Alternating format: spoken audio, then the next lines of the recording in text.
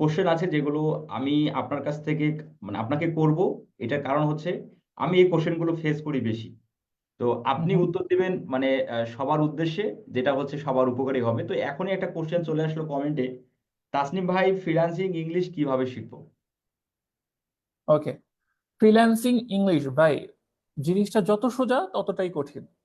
বিষয়টা freelancing English বা digital marketing না, সেটা হইতেছে আমাদের কমন সেন্স। আমরা যখন বাংলায় কথা বলি, এই যে এই মুহূর্তে আমি আপনাদের সঙ্গে যেভাবে যে টোনে কথাটা বলতেছি, এই টোনটার মধ্যে কি আছে আপনারা লক্ষ্য করেন তো। এখানে কিন্তু একটা কনফিডেন্স আছে। আপনারা আমাকে দেখে এইটা বুঝতেছেন যে না, হয়তো বা এটা সঠিক না যে হয়তো বা আপনি আমার থেকে কোনো কিছু বিষয় বেশি জানেন, আমি আপনার থেকে কিছু বিষয় বেশি জানি।